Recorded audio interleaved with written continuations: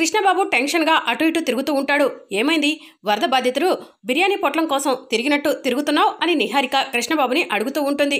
అబ్బబ్బబ్బా, ఎంత బాగా పోల్చావో!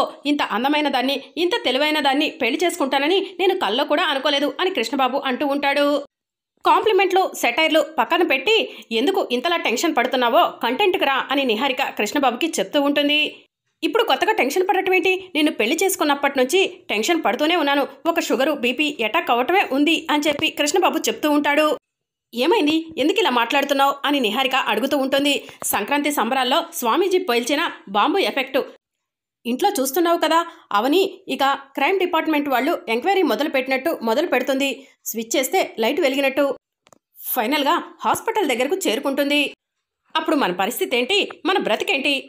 ఫైనల్గా 100 దెబ్బలు పూర్తి చేసుకొని కృష్ణుడి దగ్గరికి చేరిన శిశుపాలుడికి పట్టిన గతే మనకి పడుతుంది అని కృష్ణబాబు చెప్తూ ఉంటాడు. అబ్బా, చాలా దూరమే ఆలోచిస్తున్నావే కృష్ణ అని నిహారిక అంటూ ఉంటే, ఆలోచించకుండా ఎలా ఉంటాను? ఆ రోజు హాస్పిటల్లో మాస్టర్ ప్లాన్ వేసింది ఎవరు? నర్సు మొహాన డబ్బులు కొట్టి అవని నుంచి బిడ్డను దూరం చేసింది ఎవరు? హాస్పిటల్లో జరిగిందంతా నర్సు ద్వారా అవనికి తెలిసిందంటే మన జీవితాలకు ఎండు కార్డు పడ్డట్టే. ఇవన్నీ ఆలోచించుకుంటుంటే టెన్షన్ రాదా, బీపీ రాదా అని చెప్పి కృష్ణబాబు నిహారికకు చెప్తూ ఉంటాడు. 5 సంవత్సరాల క్రితం జరిగింది బయటపడుతుందని నేను అసలు టెన్షన్ పడట్లేదు. మరొక విషయం గుర్తుంచుకో, ఆ నర్సుకి నేనంటే నిద్రలో కూడా భయమే. అది నా కళ్ళ ఎదుర పడ్డా నా గురించి ఆలోచించినా దాని మృత్యువే గుర్తుకొస్తుంది. ఆ రేంజ్లో భయపెట్టాను. అయినా అది కోమాలోకి వెళ్ళి చాలా సంవత్సరాలైంది. ఇప్పుడు అది ఎక్కడ ఉంటుందో హాస్పిటల్ వాళ్ళకు కూడా తెలీదు. సో డోంట్ వరీ బాబు. నువ్వు అనుకున్నట్టు అవని మన గురించి తెలుసుకునే ప్రయత్నం చేయాలనుకుంటే అప్పుడు ఆలోచిద్దాం. అవనికి ఎప్పటికీ తన కూతురు గురించి తెలియకుండా చేస్తాను. స్వామీజీ చెప్పిన కాడే ఆ న్యూస్ ఆఫ్ చేస్తాను అని నిహారిక కృష్ణబాబుకి చెప్తూ ఉంటుంది. మరోవైపు అక్షయ వేదవతి ఇచ్చిన బహుమతిని చూసి ఆడుకుంటూ ఉంటుంది. అప్పుడు శౌర్య అక్షయ్ను చూస్తుంది. ఆడుకుంటున్నావా? నీ సంగతి చెప్తా ఉండు అని చెప్పి అక్షయ్ రూమ్లోకి వెళ్తుంది. ఒకసారి స్కూల్లో నాకు రన్నింగ్ రేస్లో బహుమతి రాకుండా చేశావు. మొన్న ముగ్గుల పోటీల్లో నాకు బహుమతి రాకుండా చేశావు. నాకు ఓటమి అసలు నచ్చదు అని శౌర్య అక్షయ్కు చెప్తూ ఉంటుంది. గెలుపు ఓటములు సహజం శౌర్య. ఈరోజు నేను గెలిచాను, రేపు నువ్వు గెలవచ్చు అని అక్షయ్ చెప్తూ ఉంటే, ప్రవచనాలు వల్లించకు అని శౌర్య చెప్తూ ఉంటుంది. నేను మీ ఇంటికి రావటం నీకు ఇష్టం లేదు, కానీ నేను శాశ్వతంగా ఇక్కడే ఉండిపోను కదా. మనిద్దరం ఉన్నంతకాలం అక్క చెల్లెల్లా కలిసి ఉందాం అని అక్షయ్ చెప్తూ ఉంటే, అది జరగదు. నువ్వంటే నాకు పీకల దాకా కోపం ఉంది. అందుకే నువ్వు అమ్మవారి గుడి చుట్టూ ప్రదక్షిణలు చేస్తుంటే దారి మధ్యలో గాజు పెంకులు వేశాను. నీ కాళ్లకు గాయాలయ్యేలా చేశాను. ఈ విషయం నువ్వు ఇంట్లో ఎవరికి చెప్పినా ఇప్పుడు వాళ్ళు ఎవరు నమ్మరు అని శౌర్య అక్షయ్కు చెప్తూ ఉంటుంది.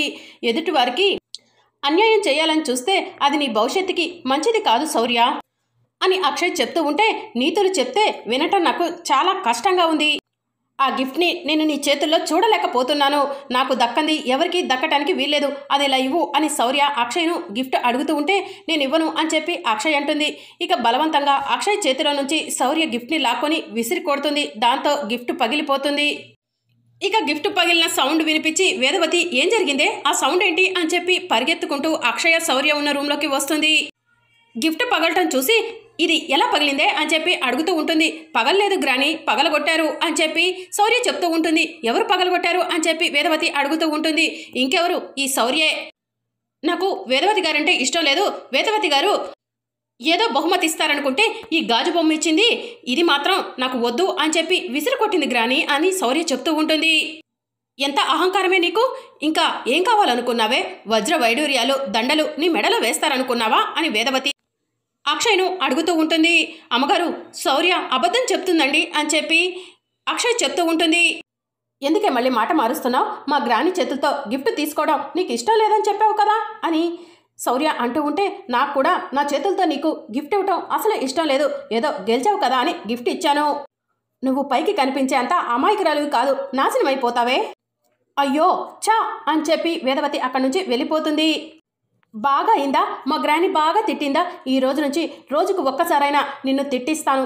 అప్పుడే నా మనసు ప్రశాంతంగా ఉంటుంది. జింకిచక జింకిచక అని చెప్పి శౌర్య అక్షయ్ పక్కన నుంచొని డ్యాన్స్ చేస్తూ ఉంటే, శౌర్య విసిరేసిన గిఫ్ట్ పగులుతుంది కదా. ఆ గిఫ్ట్ గాజు పెంకులు శౌర్య కాలికి గుచ్చుకుంటాయి. అమ్మా అని చెప్పి గట్టిగా అరిచి అక్కడే కూర్చుండిపోతుంది. అయ్యో ఏమైంది శౌర్య అని అక్షయ్ అడుగుతూ ఉంటుంది. గాజు పెంకు గుచ్చుకుంది అని చెప్పి శౌర్య చెప్పడంతో నువ్వు కదలకుండా ఉండు, గాజు పెంకు నేను తీసేస్తాను అని చెప్పి అక్షయ శౌర్య కాల్లో నుంచి గాజు పెంకు తీసేస్తుంది. ఇక్కడే కూర్చో, పసుపు తీసుకొస్తాను అని అక్షయ్ చెప్తూ ఉంటే ఏం అవసరం లేదు, నేను ఇంట్లోకి వెళ్ళి ఆయింట్మెంట్ రాసుకుంటాను అని చెప్పి శౌర్య చెప్తూ ఉంటుంది. ఎప్పటికైనా గుర్తుంచుకో శౌర్య, ఒకరికి హాని చేయాలని చూస్తే కనుక మనకే హాని జరుగుతుంది, ఇది దేవుడు వేసిన శిక్ష అని అక్షయ శౌర్యకు చెప్తూ ఉంటుంది. దొరికాను కదా అని ఇష్టం వచ్చినట్టు మాట్లాడకు అని శౌర్య కుంటుకుంటూ అక్కడి నుంచి వెళ్ళిపోతుంది. ఇక పగిలిన గాజు పెంకులను అక్షయ ఏరుకుంటూ ఉంటుంది. ఇక మరోవైపు అవని శ్రీకర్ బిస్కెట్స్ తీసుకొని అరవిందో ఆశ్రమంకు వస్తారు. అవని మన పాప చనిపోయిందని హాస్పిటల్ వాళ్ళు చెప్తున్నారు, కానీ బ్రతికుందని స్వామీజీ చెప్తున్నారు. మన పాపను వెతకటం ఈ ఆశ్రమం నుంచే మొదలు పెడదాం అని శ్రీకర్ చెప్తూ ఉంటాడు. ఇక అవని శ్రీకర్ ఇద్దరు కూడా ఆశ్రమంలోకి వస్తారు. ఆశ్రమంలో వాళ్ళు ఎవరు కావాలండి అని అడుగుతూ ఉంటారు. ఒక విషయం గురించి మాట్లాడటానికి వచ్చాము, ఆశ్రమ నిర్వాహకులు ఎక్కడా అని అవని అడుగుతూ ఉంటుంది. మేడం ఈ బిస్కెట్స్ పిల్లలకి ఇవ్వండి అని శ్రీకర్ చెప్తూ ఉంటే మీ చేతులతోనే ఇవ్వండి అని చెప్పి ఆశ్రమం వాళ్ళు చెప్తూ ఉంటారు. పిల్లలు ఇలా రండి, సార్కి మేడంకి నమస్కారం చెప్పండి అని ఆశ్రమం వాళ్ళు చెప్పడంతో సార్ నమస్కారం, మేడం నమస్కారం అని ఆశ్రమం పిల్లలు చెప్తూ ఉంటారు.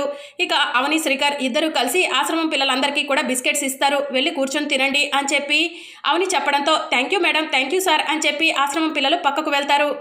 మేడం ఇందాక వచ్చేటప్పుడు చూశాను, కొంతమంది పిల్లలు బట్టలు ఉతుక్కుంటున్నారు, ఒక అబ్బాయి కాలికి రక్తం కారుతుంది, ఎందుకు వీళ్ళకు ఇంత చిన్న వయసులోనే ఇంత పెద్ద శిక్ష అని అవని అడుగుతూ ఉంటుంది. కొంతమంది డబ్బున్న వాళ్ళు వాళ్ళ జల్సాలకు ఎన్నెన్నో డబ్బులు ఖర్చు పెడతారు, కానీ ఇలాంటి పిల్లలను ఆదుకోవడానికి రూపాయి ఖర్చు పెట్టడానికి కూడా వెనకాడుతూ ఉంటారు మేడం. ఆశ్రమాలు ఎక్కువైపోయినాయి, ఫండ్స్ తక్కువైపోయినాయి. కొంతమంది ఏమో ఆడపిల్ల పుట్టిందని చెప్పేసి చెత్త కుప్పల్లో వదిలేస్తారు, కొంతమంది పిల్లల్ని ఎత్తుకుపోయి ఏం చేసుకోవాలో అర్థం కాక వాళ్ళను రోడ్డు మీద వదిలిపెడతారు. కొంతమంది పిల్లలు తల్లిదండ్రులు చనిపోయి అనాథలు అవుతున్నారు, ఏం చేద్దాం మేడం అని చెప్పి ఆశ్రమం వాళ్ళు చెప్తూ ఉంటారు. మేడం నేను వెళ్ళి మా వార్డెన్ గారిని పిలుచుకొస్తాను, మీరు వెయిట్ చేయండి అని చెప్పి ఆశ్రమం వాళ్ళు లోపలికి వెళ్తారు. ఇక అప్పుడు అవని ఏడుస్తూ ఉంటుంది. అవని ఆ కళ్ళ వెంట నీళ్ళేంటి అని శ్రీకర్ అడుగుతూ ఉంటాడు. ఆశ్రమం పిల్లలు ఇంత బాధను అనుభవిస్తారా బావా? మన బిడ్డ కూడా ఇలాంటి ఆశ్రమంలోనే ఉండుంటే ఇన్ని కష్టాలు అనుభవిస్తుందంటావా?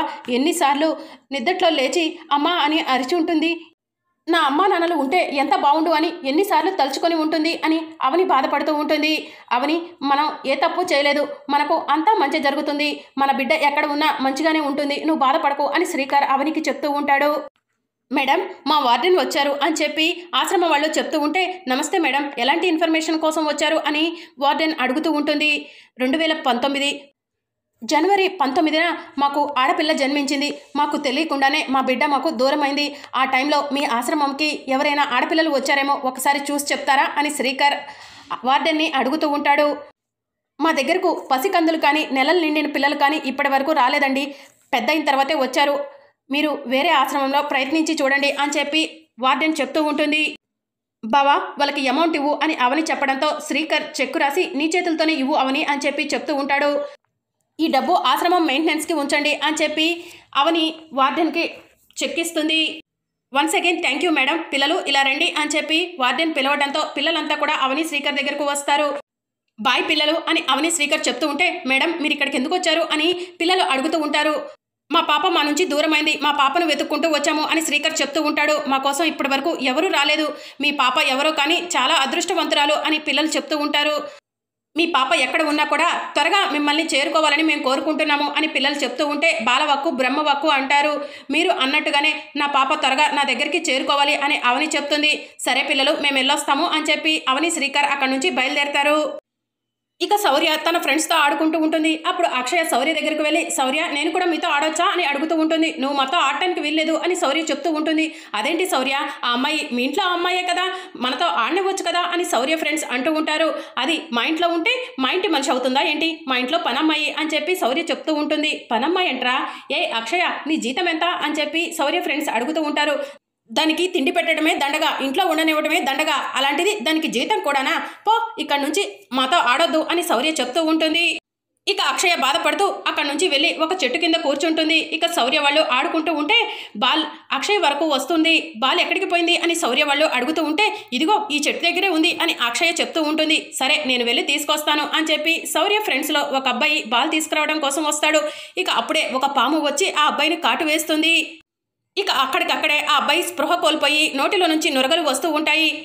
ఇక అప్పుడే పెద్దరాజు వచ్చి ఏమైంది అని అడుగుతూ ఉంటాడు. పాము కరిచింది అని చెప్పి శౌర్య చెప్తూ ఉంటుంది. నేను ఇప్పుడే వెళ్ళి అంకుల్ ఆంటీని పిలుచుకొస్తాను అని చెప్పి శౌర్య ఫ్రెండ్స్లో ఒక అబ్బాయి వెళ్ళి పాము కరిచిన అబ్బాయి వాళ్ళ పేరెంట్స్ని పిలుచుకొస్తాడు.